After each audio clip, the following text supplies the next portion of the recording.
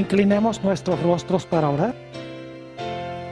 Nuestro Padre y nuestro Dios, te damos gracias por tu palabra, porque es una guía segura, una guía confiable en un mundo donde la gente no sabe a dónde buscar la verdad. Te pedimos, Señor, al estudiar la ley, la gracia y la salvación, que tu Espíritu Santo nos ayude a entender este tema tan importante. Te rogamos que te manifiestes aquí por medio de tu Espíritu Santo y que también bendigas a todos aquellos que están viendo vía satélite por televisión. Te damos gracias por acompañarnos y por escuchar nuestra oración, pues te lo pedimos en el nombre de Jesús. Amén. Vamos a comenzar nuestro estudio en este momento en el libro de Génesis, el capítulo 1 y el versículo 31. Génesis 1 y el versículo 31. Es la conclusión de la semana de la creación. En realidad es la conclusión del sexto día, es la terminación de la obra que hizo Jesús. Y claro, descansó el séptimo día. Pero al concluir el trabajo, el sexto día, quiero que noten cómo Dios vio lo que había hecho. Dice allí, y vio Dios todo lo que había hecho, y he aquí que era bueno en gran manera. Y fue la tarde y la mañana del día sexto. ¿Cuántas cosas malas hizo Dios en la creación? Ninguna. Todo lo que hizo Dios en la semana de la creación fue bueno. Y no solo bueno, sino bueno en gran manera. Pero Dios le advirtió a Adán y Eva de que había un árbol en el huerto del cual no debían comer. Y que si comían de ese árbol, el resultado iba a ser pecado. Y el fruto final del pecado iba a ser la muerte. Note lo que dice en Génesis el capítulo 2 y el versículo 16 y 17 que hemos leído antes. Y mandó Jehová Dios al hombre diciendo, de todo árbol del huerto podrás comer, mas del árbol de la ciencia del bien y del mal no comerás, porque el día que de él comieres, ciertamente morirás. Es decir, Dios le dijo a Adán y Eva, si ustedes comen del árbol, el mal va a entrar al mundo donde yo hice solamente el bien. Y todos sabemos la triste historia, o si no, no estaríamos aquí. Adán y Eva escogieron comer del fruto del árbol de la ciencia del bien y del mal. Inmediatamente comieron ellos, se produjo un cambio en este mundo. Donde antes todo era bueno, ahora penetró a este mundo el mal. Surgió la división. Eso se ve por el hecho de que cuando Dios viene y le habla a Adán y le pregunta qué ha hecho, Adán dice, la mujer que tú me diste me dio de comer y yo comí. Cuando viene a la mujer dice, la serpiente que tú hiciste me dio del fruto y yo comí. Fíjese que aquí están ya todos contra todos. Adán contra Eva, Eva contra Dios, Adán contra Dios. Ahora surge la discordia. Ahora se ha realizado un cambio en la orientación del hombre. Donde antes la orientación del hombre era solamente hacia el bien. Su único interés era el bienestar de los demás. Ahora Adán y Eva y sus descendientes se volvieron egoístas. En vez de su enfoque estar sobre Dios y sobre sus semejantes, ahora el único enfoque era sobre sí mismos. Es decir, se volvieron ególatras, se volvieron egoístas. El centro del enfoque ahora llegó a ser el yo. Es decir, hubo un cambio radical en la orientación del corazón de Adán y Eva y sus descendientes. Quiero que notemos en el libro de Génesis cómo es que el corazón, el hombre interno, dicta lo que sucede en términos de nuestras acciones en nuestra vida. Donde antes las acciones eran buenas porque el corazón era bueno, ahora las acciones llegan a ser malas porque el corazón es malo. Donde antes el corazón estaba inclinado hacia el bien, ahora el corazón se inclina hacia el mal. Vamos a notar este fenómeno en el libro de Génesis. Génesis, el capítulo 4 y el versículo 8 nos habla del primer asesinato de la historia, cuando Caín mató a su hermano Abel. Dice en el versículo 8, y dijo Caín a su hermano Abel, salgamos al campo. Y aconteció que estando ellos en el campo, Caín se levantó contra su hermano Abel y le mató. Cometió la acción de asesinato. Pero saben que la acción no era el problema. Vayan conmigo a Primera de San Juan, el capítulo 3, y vamos a leer los versículos 12 y 15. Primera de San Juan, el capítulo 3 y los versículos 12 y 15. Dice en el versículo 12, no como Caín, que era del maligno y mató a su hermano. ¿Y por qué causa le mató? Porque sus obras eran malas y las de su hermano justas. Aquí nos dice que Caín era del maligno y mató a su hermano. Ahora, ¿qué vino antes de que Caín matara a su hermano? Noten el versículo 15. Dice, todo aquel que aborrece a su hermano es que homicida. Y sabéis que ningún homicida tiene vida permanente en él. ¿Qué es lo que viene antes de la acción del asesinato? Dice aquí que viene el odio. El que aborrece, fíjense que dice, el que aborrece a su hermano es homicida. No dice el que aborrece a su hermano, posiblemente algún día lo mate o cometa la mala acción. Dice el que odia o el que aborrece a su hermano, en el momento de aborrecerlo, ¿qué pasa? Es homicida. ¿A dónde comienza entonces el homicidio? No comienza con una mala acción, sino que comienza con una actitud del corazón, el aborrecimiento o el odio. Y el odio en el corazón finalmente fructifica y produce ¿qué cosa? Produce las malas acciones. Y si el corazón está torcido, las acciones serán ¿qué? Torcidas también. Noten otro ejemplo en el libro de Génesis. Génesis, el capítulo 6 y el versículo 5. Estaba hablando de la civilización antes del diluvio. Y noten la descripción tan lóbrega que se da de esta gente. Dice en el versículo 5, y vio Jehová que la maldad de los hombres era mucha en la tierra, y que todo, ahora escuchen bien, y que todo designio de los pensamientos del corazón de ellos era de continuo solamente el mal. ¿A dónde estaba el problema? Dice, todo designio de los pensamientos del ¿qué? Del corazón era de continuo el mal. Ahora, ese sentir del corazón, esos malos sentimientos en el corazón, ¿a qué llevaron? Noten el capítulo 6 y el versículo 11 y 12. 6, 11 y 12. El fruto de todo designio del corazón siendo el mal. Dice, y se corrompió la tierra delante de Dios. Y estaba la tierra llena de ¿qué? De violencia.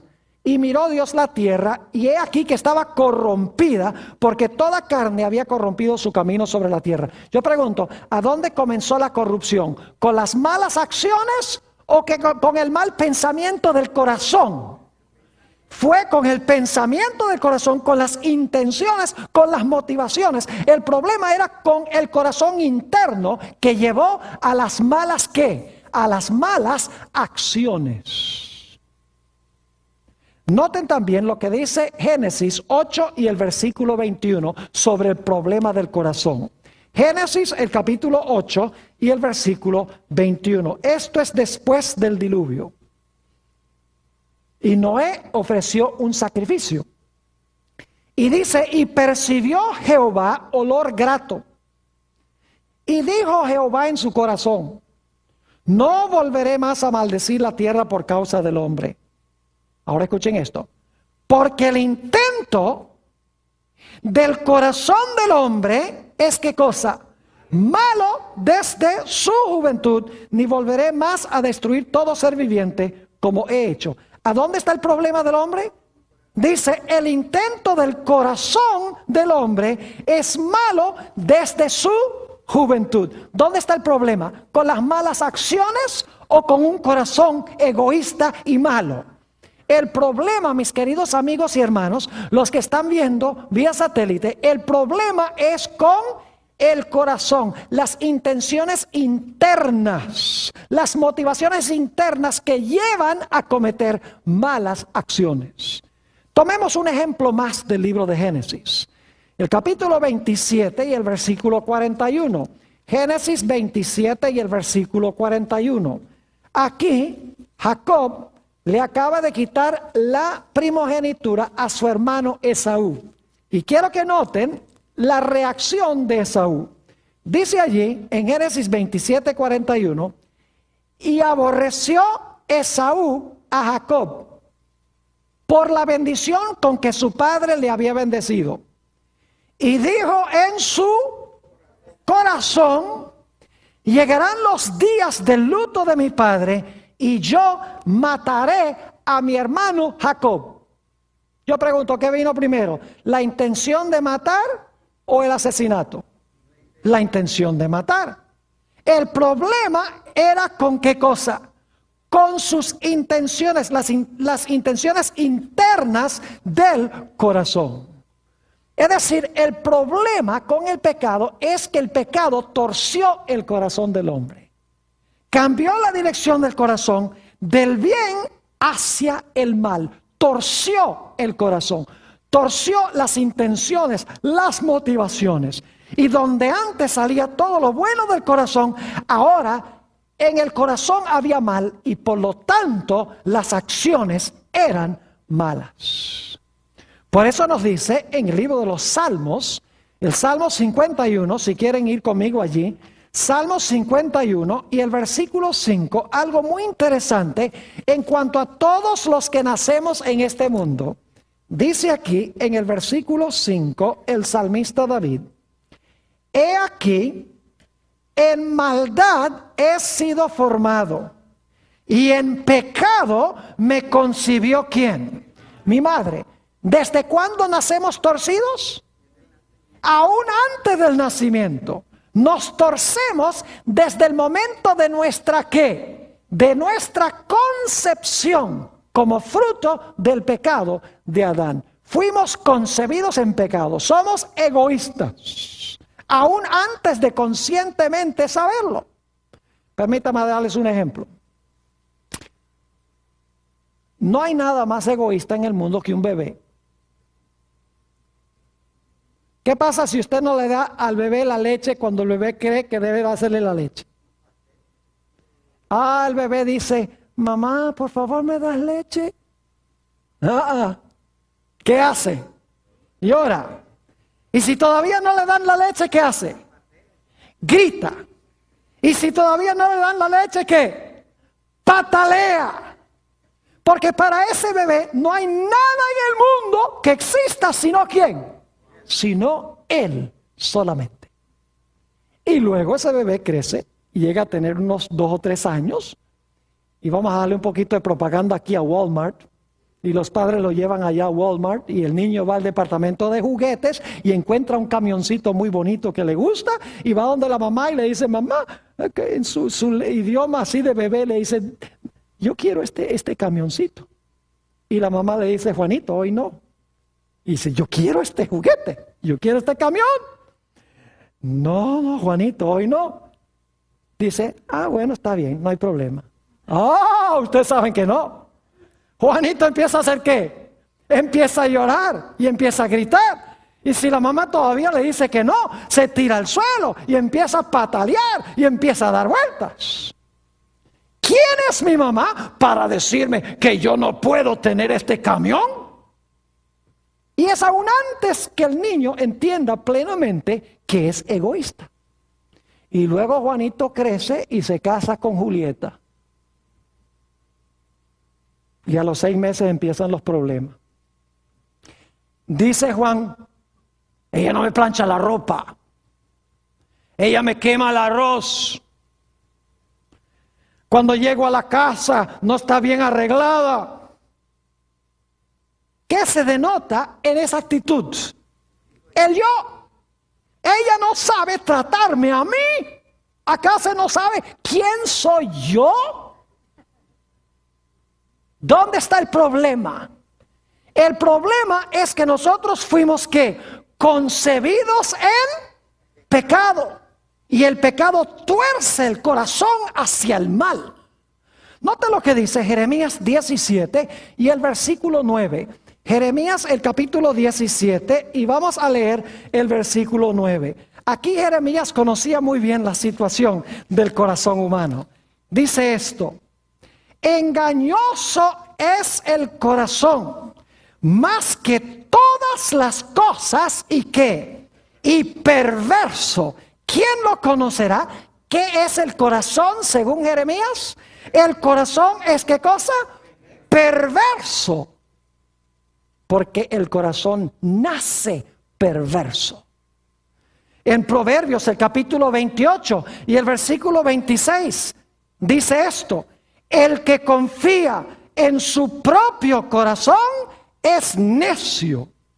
El que confía en su propio corazón es necio, porque desde que Adán y Eva pecaron, le han transmitido a sus descendientes el virus del egoísmo, el virus del yo, donde el hombre vive para sí y muchas veces muere para sí. Jesús sabía que nuestro problema es con el corazón. Así como lo denota en Génesis, que del corazón salen las malas acciones, Jesús entendió eso también. Note lo que dice en el Evangelio según San Mateo, el capítulo 6 y el versículo 21. Mateo, el capítulo 6 y el versículo 21. Aquí Jesús dice, después de haber hablado sobre hacer tesoros en el cielo, etc., dice: porque donde esté vuestro tesoro, allí estará también vuestro ¿qué? Corazón. Yo pregunto, ¿dónde está el problema con el hombre? ¿El problema que tiene el hombre es con el dinero o es con el corazón? Es con el corazón. Si el corazón es malo, ¿cómo se va a usar el dinero? Mal. Saben que yo pastoreo esta iglesia a donde estamos teniendo las reuniones. Y yo les puedo decir que hay personas en esta iglesia que tienen mucho dinero, que no dan ni un centavo de diezmos y ofrendas. ¿Tienen un problema de dinero, sí o no? No. ¿Tienen un problema de qué? ¿Tienen un problema de corazón? ¿El corazón es qué? Egoísta. Y por eso acaparan dinero. El apóstol Pablo no dijo que el dinero es la raíz de todos los males. El apóstol Pablo dijo que el amor al dinero es la raíz de todos los males. Un corazón egoísta ama el dinero y no quiere compartir con los demás, como el joven rico, que profesaba guardar la ley de Dios. Dice, he guardado todos los mandamientos desde mi juventud, ¿qué más me falta? Jesús le dice, sencillo, ve y vende todo lo que tienes y dáselo a los pobres y tendrás tesoro conmigo en los cielos. Y el joven rico se fue triste porque tenía muchas posesiones. ¿Dónde estaba el problema con el joven rico? Con el dinero, ¿verdad que sí? No, señor. ¿Con qué cosa? Con su corazón. Saben, en esta iglesia yo no tengo que predicar mucho sobre dinero, ni pedirle a la gente dinero. La gente que sabe, que asiste aquí, sabe que yo muy raras veces predico sermones sobre dinero, sobre mayordomía, sobre diezmos, sobre ofrendas. Porque a mí lo que más me interesa es alcanzar el corazón de la gente, porque cuando alcanzo el corazón, alcanzo el bolsillo también. Cuando el corazón está bien, el bolsillo está bien y la cartera está bien. Jesús sabía que el problema es con el corazón. Noten también Mateo, el capítulo 12 y el versículo 34. San Mateo 12 y el versículo 34. Aquí Jesús está hablando de nuestras palabras. Y noten lo que Jesús tiene que decir en cuanto a las palabras. Dice, generación de víboras, ¿cómo podéis hablar lo bueno siendo malos? ¿Qué pasa con una persona que es mala? ¿Puede hablar bueno una persona mala? No, dice, ¿cómo podéis hablar lo bueno siendo malos? Porque de la abundancia del corazón habla la boca. ¿Dónde está el problema? ¿Con las palabras? ¿Con las palabras que salen? No, el problema está ¿dónde? En el corazón. De la abundancia del corazón habla la boca. Saben que cuando yo era niño, yo estudiaba en la ciudad de Caracas, Venezuela. Posiblemente hay algunos allá en la ciudad de Caracas viendo esta programación por televisión. Pero yo estudié en una escuela adventista que se llama el Colegio Ricardo Greenwich. Y en esa escuela, a veces, debo admitir que usaba algunas palabras que no debía usar. ¿Y sabe lo que pasaba? Cuando yo hablaba esas palabras, mis maestros llamaban a mis padres y les contaban que yo había usado malas palabras. ¿Y sabe lo que pasaba? No solamente me castigaban en la escuela, sino cuando llegaba a la casa también. Y muy a menudo el castigo de mi mamá era muy sencillo. Me llevaba al baño y me lavaba la boca con jabón. Por haber usado malas palabras. Recientemente yo vi por ahí a mi mamá, ellos viven en Amarillo, Texas. Le dije, mamá, ¿sabes algo? No hiciste lo que debías haber hecho. Y ella dice, ¿por qué? Dice, porque me lavaste la boca, lo que tenías que haberme lavado es el corazón. Porque de la abundancia del corazón, ¿qué? Habla la boca. Si el corazón está bien, las palabras que salen van a estar bien. Pero si tengo un corazón egoísta, ¿qué clase de palabras van a salir? Las palabras estarán acordes con el corazón. En Proverbios, el capítulo 16 y el versículo 23 dice, corazón del sabio hace prudente su boca. Corazón del sabio hace ¿qué? Prudente su boca. Podríamos cambiar eso y decir, corazón del fatuo hace necia su boca. Es decir, el problema está en ¿qué cosa? En el corazón del hombre. Note también lo que dijo Jesús en Mateo 15 y el versículo 19. San Mateo el capítulo 15 y el versículo 19. Aquí Jesús está hablando sobre lo que entra y lo que sale del hombre. Y dice allí, en Mateo, el capítulo 15 y el versículo 19, lo siguiente. Escuchen bien. Porque del corazón, ¿de dónde? Del corazón salen los malos pensamientos, los homicidios, los adulterios, las fornicaciones, los hurtos, los falsos testimonios, las blasfemias. ¿De dónde salen todas estas cosas? Del corazón. ¿Qué es lo que hay que remediar? El corazón. Y yo no sé si ustedes se han dado cuenta, pero toda esta lista que tenemos aquí son violaciones de los 10 mandamientos. Homicidios, no matarás. Adulterios, no cometerás adulterio. Fornicación también. Hurtos, no hurtarás. Falsos testimonios, no hablarás falso testimonio. Blasfemias, no tomarás el nombre de Jehová tu Dios en vano.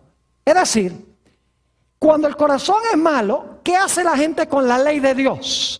La gente viola la ley de Dios.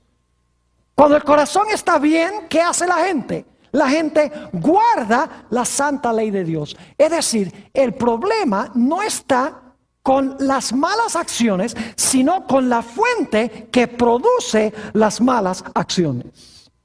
Todos conocemos lo que dice en Mateo, el capítulo 5 y el versículo 27 y 28. Vayan conmigo un momento allí, Mateo 5 y el versículo 27 y 28. Y escuchen especialmente los hombres que están aquí en este recinto y los que están viendo por televisión. Porque esto se aplica especialmente a los hombres, aunque también se aplica a las mujeres. Dice aquí en el versículo 27, Jesús: oísteis que fue dicho, no cometerás adulterio. Pero yo os digo que cualquiera que mira a una mujer para codiciarla, ya adulteró con ella en su corazón. ¿Cuándo es que uno comete adulterio? ¿Cuando cometió el acto o cuando codició a la mujer en el corazón? Fíjense que Jesús dice que una persona que mira a una mujer para codiciarla, ya cometió adulterio. ¿Dónde? En su corazón. Y tarde o temprano, esa actitud del corazón va a fructificar y va a causar, ¿qué cosa? La acción del adulterio o el acto del adulterio. Es decir, el hombre tiene un problema con el corazón. Al principio, Adán y Eva tenían un corazón puro, que no llevaba sino al bien. Era un corazón que se preocupaba por ser fiel a Dios, por amar a los semejantes. Pero cuando Adán y Eva pecaron, el corazón se torció. Y ahora el corazón se tornó egoísta. Y del corazón no salía sino el mal. Jesús dijo, por sus frutos conoceréis la naturaleza del árbol. Ahora yo pregunto, si un árbol de aguacate no produce aguacates, ¿dónde está el problema? ¿El problema está con los aguacates o el problema está con el árbol? El problema está con la naturaleza del árbol.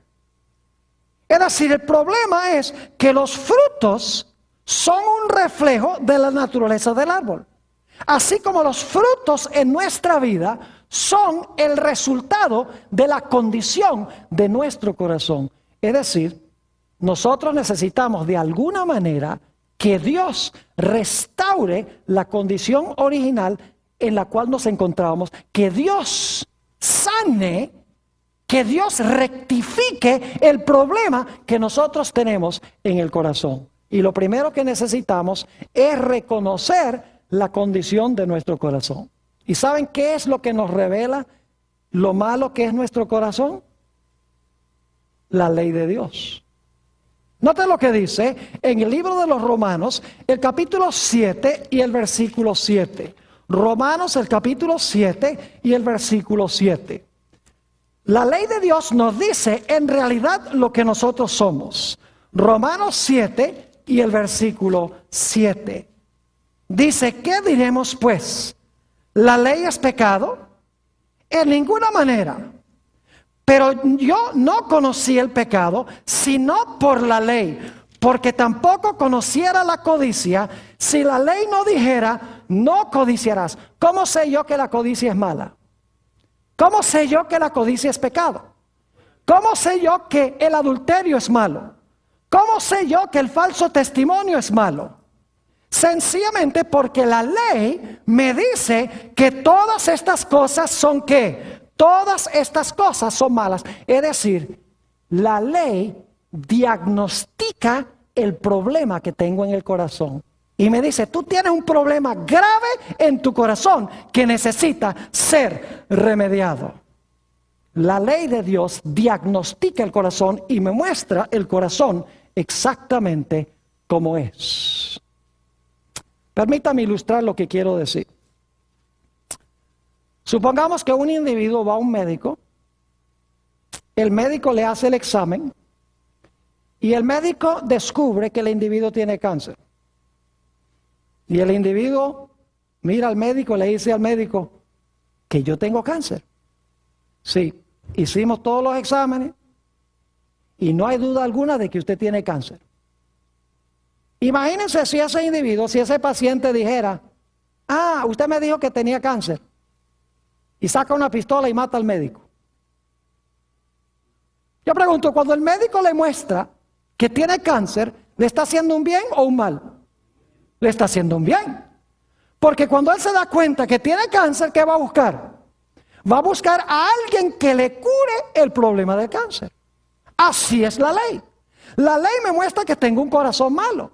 Me muestra que tengo cáncer espiritual y la ley me dice, tú necesitas que te remedien el problema del corazón o si no, tu corazón te va a matar. Me muestra mi condición y me manda a buscar una ¿qué? Una solución. Y me dice exactamente lo que soy sin mentir, gracias a Dios. Así que lo primero que necesito conocer es mi corazón. Necesito que Dios me muestre mi corazón pecaminoso. ¿Cómo soy yo en verdad? Para que entonces yo pueda buscar un ¿qué? Un remedio al problema. Porque no voy a buscar un remedio si no considero que estoy ¿qué? Enfermo. Permítame darles otro ejemplo para que puedan entender. La Biblia dice que la ley de Dios es como un espejo. ¿Qué pasa cuando ustedes se levantan por la mañana y miran en el espejo? Yo le digo, cuando yo me miro en el espejo, yo veo un desastre. Cuando estoy recién levantado. Pues estoy despeinado, todavía no me he afeitado, me está saliendo la barba. Y digo, no puedo salir a la calle así. Yo pregunto, ¿el espejo me está diciendo la verdad? ¿Me está haciendo un favor el espejo? ¿Debo darle gracias a Dios por el espejo? ¡Oh, claro que sí! O sería mejor decir, espejo mentiroso. ¿Cómo te atreves a decirme que yo necesito arreglo? Y entonces agarro una piedra y rompo el espejo. ¿Eso soluciona mi problema? No. El espejo me está haciendo un favor. Me está mostrando a mí lo que en realidad soy, sin mentir, para que entonces yo pueda buscar agua y jabón y el peine y arreglarme. De la misma manera, la ley de Dios me muestra que tengo un corazón enfermo, que tengo el problema interno del pecado y que necesito remedio, necesito que sea curado mi corazón. Y entonces la ley me manda a buscar una solución a mi problema. Cuando estaba recién yo llegado a Fresno, hace algunos años, voy a llevar ya casi 10 años aquí en la iglesia esta en Fresno. Yo no sé cómo la gente me ha aguantado tanto tiempo.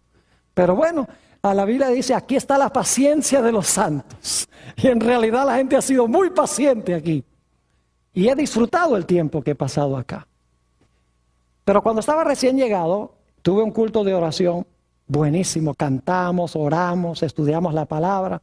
Yo estaba emocionadísimo y cuando salí me monté en el carro y empecé a subir por First Street allí, hacia mi casa. Y como iba tan emocionado, no iba mirando el velocímetro. Y ustedes saben que esas zonas son 40 millas por hora y yo estaba andando como unas 55 millas por hora, posiblemente 60. Y en estas cuando voy emocionado y cantando, de repente veo esa luz del policía atrás. Y llega el policía, me para, llega a la ventana del carro y dice, señor, por favor, deme su licencia de manejar. Sí, oficial, cómo no. Saco la cartera y no consigo la licencia. Digo, no tengo la licencia. Dice, bueno, deme entonces la registración del carro. Ah, eso sí, lo tengo ahí en la guantera. Y voy, abro la guantera y busco entre los papeles. Tampoco tengo la registración. Me dice, bueno, ¿tiene la tarjeta de seguro? Ah, eso sí lo tengo, le digo yo, tarjeta de seguro. Y busco entre los papeles, tampoco la tarjeta de seguro. Finalmente me dice, mire, ¿cómo se llama usted? ¿Y qué hace? Y me daba casi pena decirle, mire, yo soy pastor de la iglesia de ella a la vuelta de la esquina. Porque los pastores deben obedecer la ley. Y yo soy pastor ahí. Dice, ¿usted no sabe que estaban dando casi a 60 millas por hora en una zona de 40? Le dije, sí, oficial, usted tiene razón. Usted me está diciendo la verdad. Pero le dije que vengo de una reunión en la iglesia donde cantamos, no fue tan bien. Eso fue glorioso, le dije, iba distraído. El policía dice, espere un momento, y se fue allá a su automóvil, y como tiene computadora, buscó en la computadora mi nombre. Y unos pocos minutos después, llega otra vez a la ventana del carro y dice, Pastor Bor, por esta vez, se la voy a perdonar.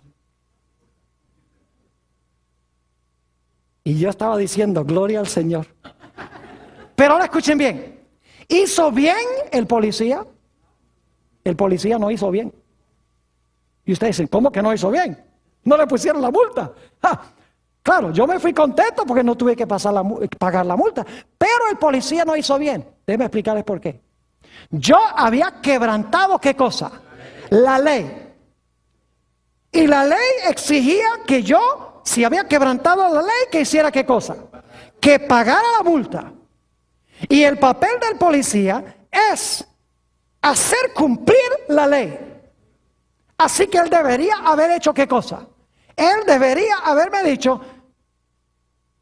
te voy a poner la boleta, y debería haberme puesto la multa.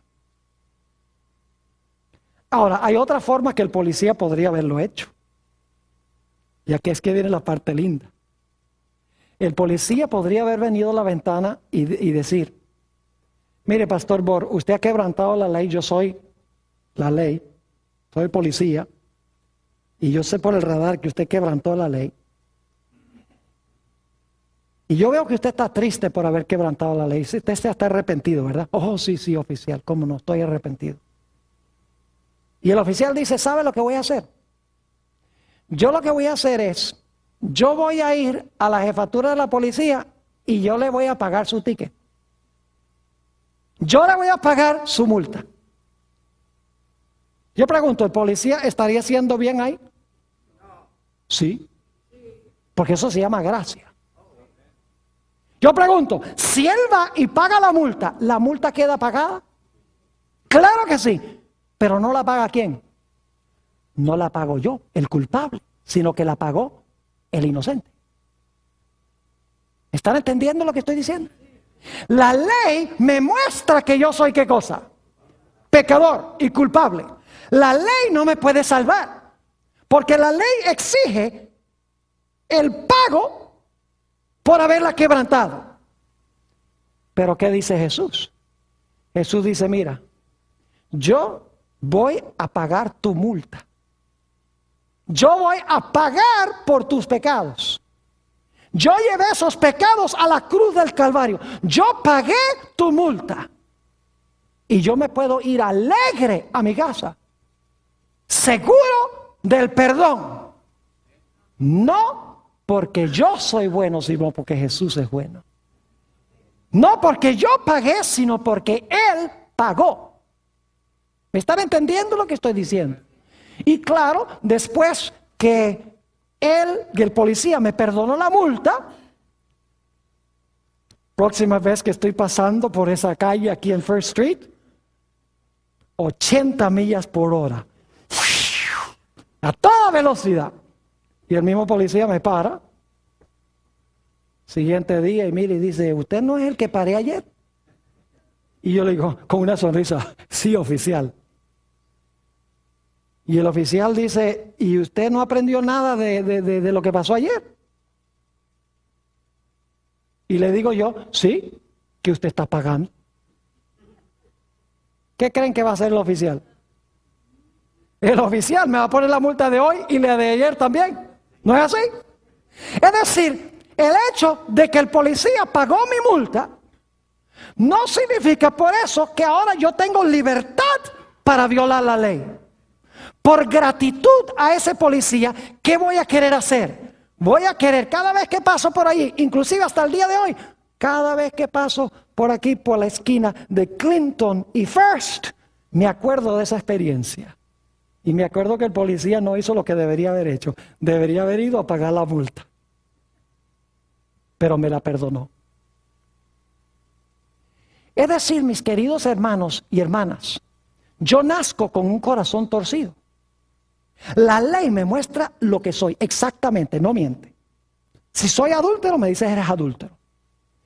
Si odio a mi hermano, me dice tú odias a tu hermano. Y eso es pecado. Si hablo falso testimonio, la ley lo dice clarito. Si practico idolatría, la ley me lo dice. La ley no miente. Y la ley dice, la paga del pecado es ¿qué cosa? La paga del pecado es muerte. La ley, en otras palabras, revela mi pecaminosidad, revela lo malo que es mi corazón, con el fin de que yo vaya a buscar un qué, yo vaya a buscar un remedio. Ahora yo pregunto, ¿cuántos de nosotros hemos pecado? Todos hemos pecado. Y saben que cuando la ley me muestra que soy pecador y que merezco la muerte, algo sucede. La ley dice, yo no te puedo librar porque yo exijo que tú seas castigado. Pero la ley dice, hay uno que sí te puede resolver el problema. Y es aquel que pagó la deuda que yo exijo. Porque yo exijo la muerte, la paga del pecado es muerte. Yo no estoy en asuntos de misericordia, dice la ley. Yo sencillamente muestro el pecado y que debe morir. Yo no te puedo resolver el problema. Pero dice, pero si tú vas a Jesús, Él cargó la culpa de tu pecado, Él sufrió la muerte que tú debes sufrir. Si tú lo aceptas a Él, tú eres acepto en el amado. Note lo que dice en el libro de Gálatas, el capítulo 3 y el versículo 13. Gálatas, el capítulo 3 y el versículo 13. Un lindo versículo de la Escritura. Dice allí, Cristo nos redimió de la maldición de la ley. ¿Por qué la ley nos maldice? ¿Por qué es que la ley nos maldice? Porque somos ¿qué? Pecadores. La ley no es mala. La ley es buena, yo soy malo y la ley me maldice porque soy pecador. Dice, Cristo nos redimió de la maldición de la ley. ¿Y cómo lo hizo?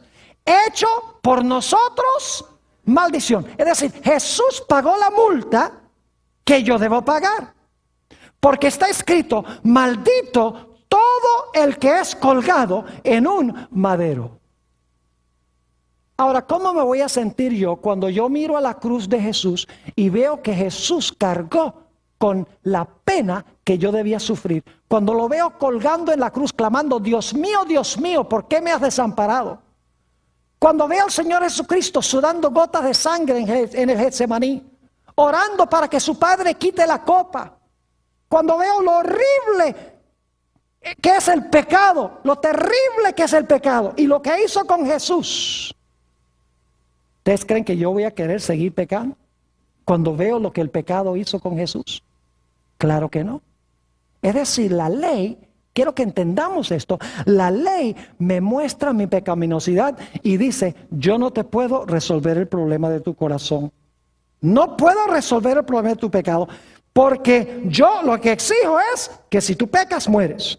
Pero la ley dice, si vas a Jesús, allá hay uno que cargó tu desobediencia a la ley. Y sufrió terriblemente por tus violaciones de la ley. Si tú lo recibes a Él, ya Él sufrió el castigo en tu lugar. Ya tú no tienes que sufrirlo. Ya Él pagó la multa que tú debes pagar, que es la muerte. Yo les pregunto, ¿creen ustedes que en ese momento se despierta en mi corazón gran gratitud para con Dios?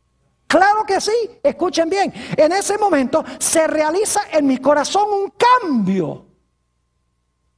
Y yo miro a Jesús en la cruz y digo, Señor, es terrible el pecado. Mira lo que te hizo mi pecado. Yo no quiero más nada que ver con ese monstruo. Y de repente ahora se empieza a realizar un cambio en mi corazón. Ahora no quiero pecar. Porque el pecado llevó a mi Jesús a la cruz. Lo hizo sufrir. Me hace pensar de la experiencia de Adán. Imagínense ustedes, cuando Adán y Eva pecaron, que Dios le dijo a Adán, mira, tienes que conseguir 2 corderos en un mundo donde nunca existía la muerte. Hasta ese momento Adán había justificado el pecado. Había dicho, no, la mujer que tú me diste. Es decir, tú tienes la culpa porque me diste la mujer. Él no sentía arrepentimiento por el pecado. Él no veía lo terrible que era el pecado. ¿Saben cuándo Adán se dio cuenta lo terrible que era el pecado? Se dio cuenta cuando tuvo que tomar esos 2 animales y rajarle la garganta y ver chorrear la sangre. Y de repente esos corderos están inertes en los brazos de Adán. Terrible, en un mundo donde no había muerte. Y entonces Dios, según leímos en Génesis 3:21, toma esos mantos y cubre la desnudez de Adán y Eva. Y Dios luego les explica, le dice, el pecado de ustedes es tan terrible, exige la muerte. Y estos corderos representan a la simiente que va a venir, el Cordero de Dios que quita el pecado del mundo. Así de terrible es el pecado. Le va a costar la vida a su Creador. ¿Creen ustedes que ahora Adán veía el pecado desde una perspectiva distinta? ¡Claro que sí! Ahora no quería excusar el pecado, sino que veía lo terrible que era el pecado y no quería más nada que ver con el pecado. se realizó en su corazón un cambio que se llama la conversión o el nuevo nacimiento. Cuando vio el sacrificio de los corderos representando el sacrificio de Jesús, su corazón fue quebrantado y ahora su corazón era diferente que antes de este momento. ¿Saben ustedes que Dios es el gran cardiólogo celestial? Pero Dios solamente hace una clase de cirugía. Dios no mete marcapaso. Pacemakers, no. Dios no anda cambiando válvulas. No. Dios no hace bypass. Dios solamente hace una clase de operación. ¿Y saben qué operación es? Trasplantes. Cambia un corazón necio y torcido a un corazón que ama a Dios y ama a los semejantes. Cuando ve lo que costó el pecado. Quiero que noten lo que dice en Ezequiel, el capítulo 36 y los versículos 26 y 27. Ezequiel 36 y el versículo 26 y 27. Fíjense qué linda esta promesa de Dios. Dice aquí: os daré, escuchen bien, corazón nuevo. ¿Cuánto le gustaría tener un corazón nuevo? De los que están viendo ahora y los que están escuchando aquí en este local. Dice: os daré corazón nuevo y pondré espíritu nuevo dentro de vosotros y quitaré de vuestra carne el corazón de piedra, es decir, el corazón egoísta, el corazón duro, y os daré un corazón ¿de qué? De carne, un corazón tierno. Y luego, fíjense, ¿qué vamos a hacer cuando tengamos ese corazón nuevo? Dice en el versículo 27, y pondré dentro de vosotros mi espíritu, y haré que andéis en mis estatutos, y guardéis mis preceptos, y los pongáis por obra. Es decir, cuando Dios cambia el corazón, ¿vamos a obedecer a Dios?